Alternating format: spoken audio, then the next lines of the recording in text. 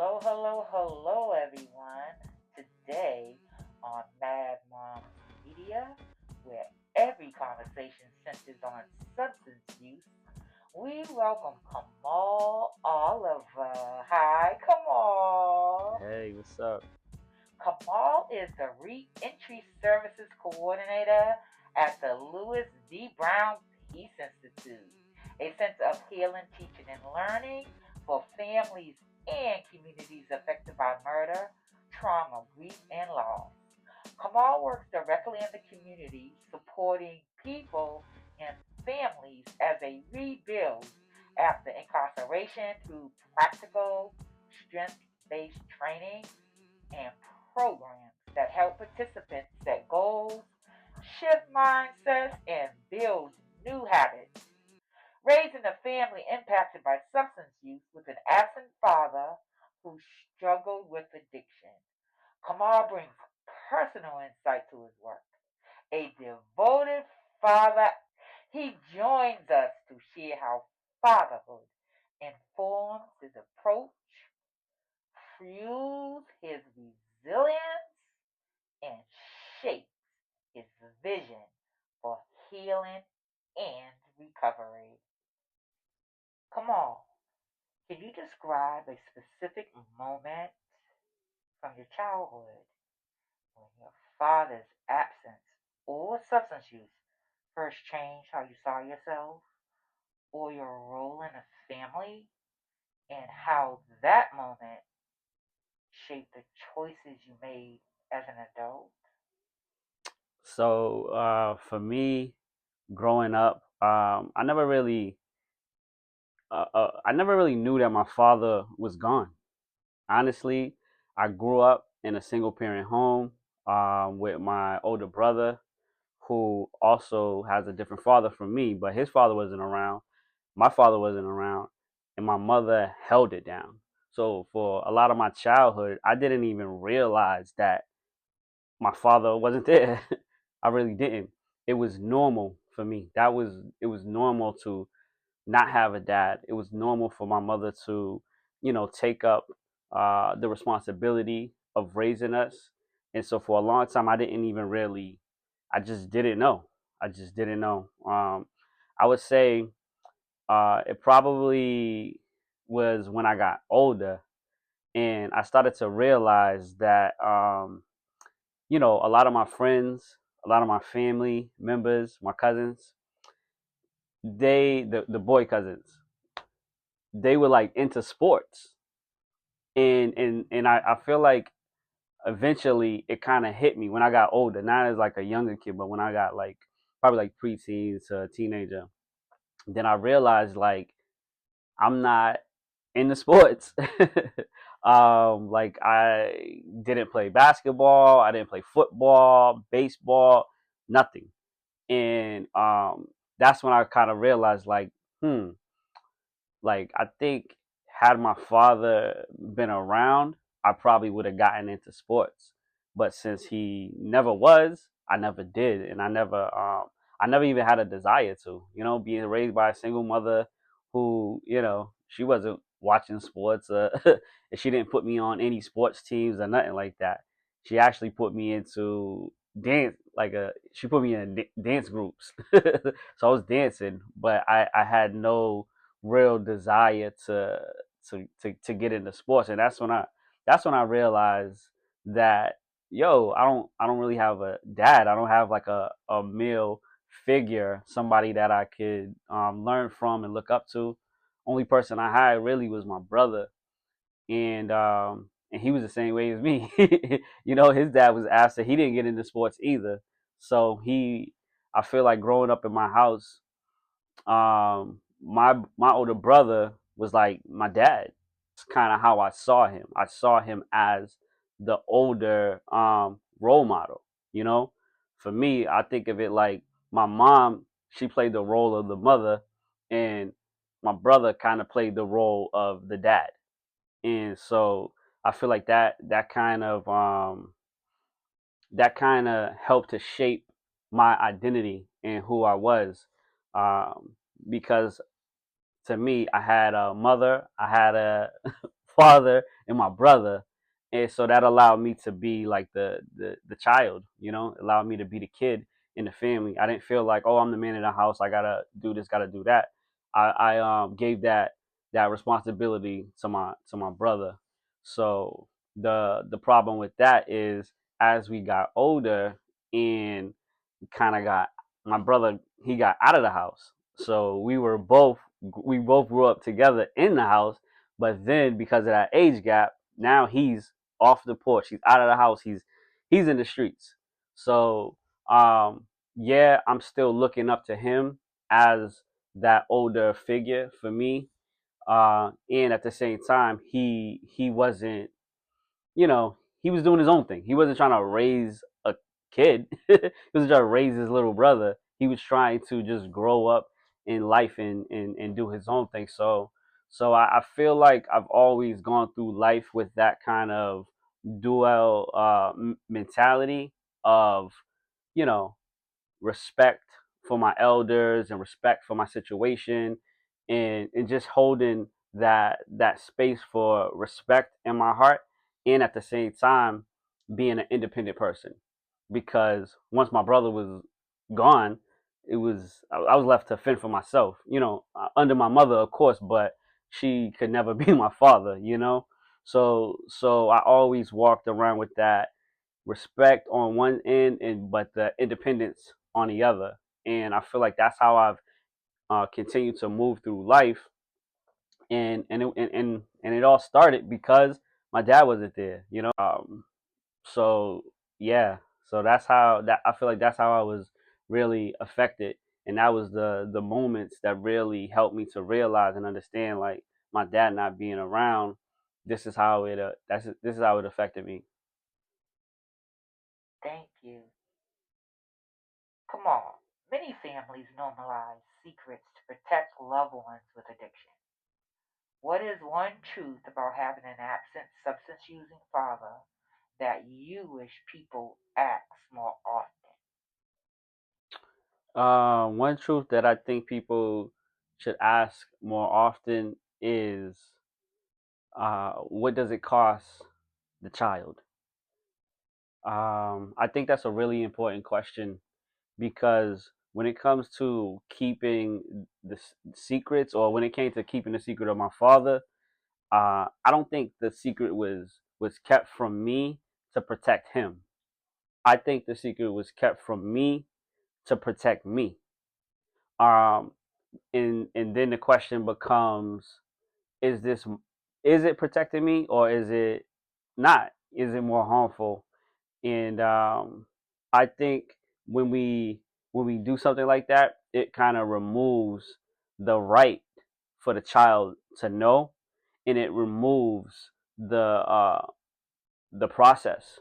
You know, it removes that ability for that child to process through what it is through the information.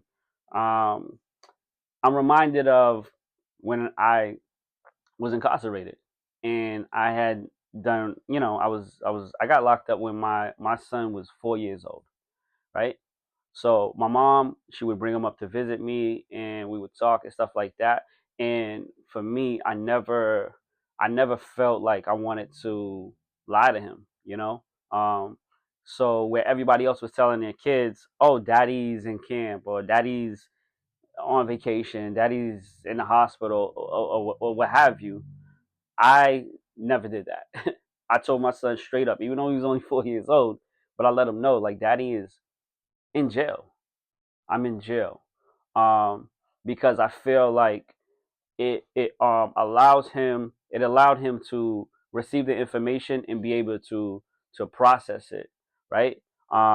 It was me holding myself accountable and making myself available to my son, um, you know, and not hiding. And I think when we're speaking honestly, you know, it gives children the permission to feel, to ask questions, and not to internalize the pain as their fault.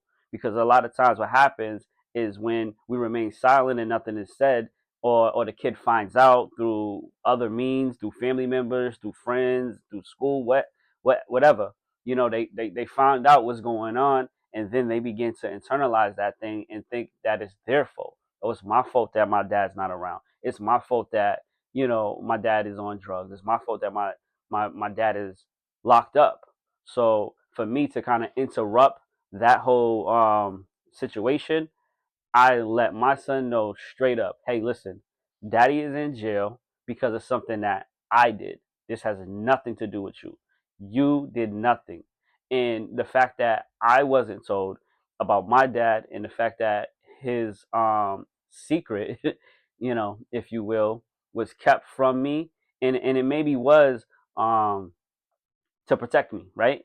It maybe was to protect me, and and my mother didn't know any better. She was only working with the information that she had at that time. But I think it is very important to continue to include the children on what's going on, because it helps to prevent further harm when they're able to process the information and know that it's not their fault. Thank you. Mr. Oliver, how did growing up with an absent father who used substances influence the way you form intimate relationships and handle conflict now? And what practices help you break those patterns? So I grew up a quiet kid, really indifferent to relationships. As I began to make friends and get into different relationships, I really was indifferent. I mean, not to say like while we were in the relationship, it was always good. It was always a good relationship as long as it was mutual thing. But I think my father not being around, it built something in me to be indifferent to losing people, right? So if I had a fallout with a friend, it never really meant anything to me because I was kind of brought up like that. I was indifferent to relationships. So it was like, all right, my dad wasn't around, but it was like kind of like, so what, right? So if I lose somebody else, it's kind of like, so what, and I think that's kind of how that came about from him not being around. It grew that in me. If I lose friendships, if I lose relationships, it kind of just is what it is. There's really no fight for it. So I learned to move on quickly. I learned to move on quickly, and I feel like when I went to prison, it kind of reinforced that in me, because in prison I was alone. I had nobody. Only person that was there for me really was my mother. And that's not to say that my family and others didn't love me, because I know they do. I know they love me. However, they just weren't there. They weren't there, and that's the truth. But for me, it wasn't hurtful. It didn't really do nothing to me. I was just like, oh, all right, well, I'm on my own, so this is just what it is. It is what it is. So that's how I grew up, and that's how you know, my father not being there, I think that's how it helped me to um that's how I started to operate in relationships. Now to kind of combat that and start to change the pattern, uh I become more communicative, and now I talk. I talk to the people who I'm in relationship with. I talk to the people who are in my life and who I love, because I feel like talking, it builds that. It continues to build that connection. It builds that accountability, and and even the conflict resolution. Where before it was like, all right, if you're not talking to me, I'm not talking to you. It's kind of like deuces, like keep it moving. Now it's more like, let's talk about this. If I love you, I don't want to lose you, right? And so that's how I feel like I'm starting to reverse that pattern, just by communicating more and really showing the people that I love, and who I know love me, showing them that through my actions and through talking to them. Thank you, Mr. Oliver. fathers are often left out of the conversations about caregiving and emotional labor. From your experience, what responsibilities do fathers have in healing family trauma related to absent fathers, and how can communities hold them accountable without deepening shame? I believe that fathers have the responsibility to be there physically, not just physically, but also they have the responsibility to be there emotionally, and they have the responsibility to be held accountable for the impact of their actions. I know it's not always the most healthy situation for a father to be around. Yeah, and I think in the community we really need to be showcasing and celebrating when fathers get it right. You know, shout out to Janice. Shout out to you because I feel like this is something that you do with your dad speak week. So yeah, this is the stuff that needs to be happening in our communities. If we want to see fathers get better, we want to see fathers start healing and take accountability. We have to show them what that looks like. We have to show them something to look up to, something to aspire to, something to let them know like, hey man, you might not be here now, but this is somewhere that you could get to in the future. To have guys really saying in their own hearts and their minds like, yeah, this is who I want to be. I want to be a good father. I want to be a present father, and I want to get acknowledged for the good work that I do, right? So yeah, I think accountability with dignity leads to real change, not um, shaming and blaming. Thank you. So, come on. Last question. If you could sit across from your younger self or your father at the height of the struggle, what one question would you ask that could have changed the trajectory of your family? And why do you think that question is so powerful? The question I would ask my father at the height of the struggle, I would ask him sincerely, like, what are you carrying, right? What are you carrying internally that has driven you to to do these things in your life at this time? Because I feel like drug abuse is a symptom of something that is a lot deeper that's going on. It's pain, it's fear, it's trauma, it's loss. So I would sincerely ask him, what are you going through? Why do you feel like you have to turn to drugs? And I think that is a question that would invite honesty and without immediate judgment.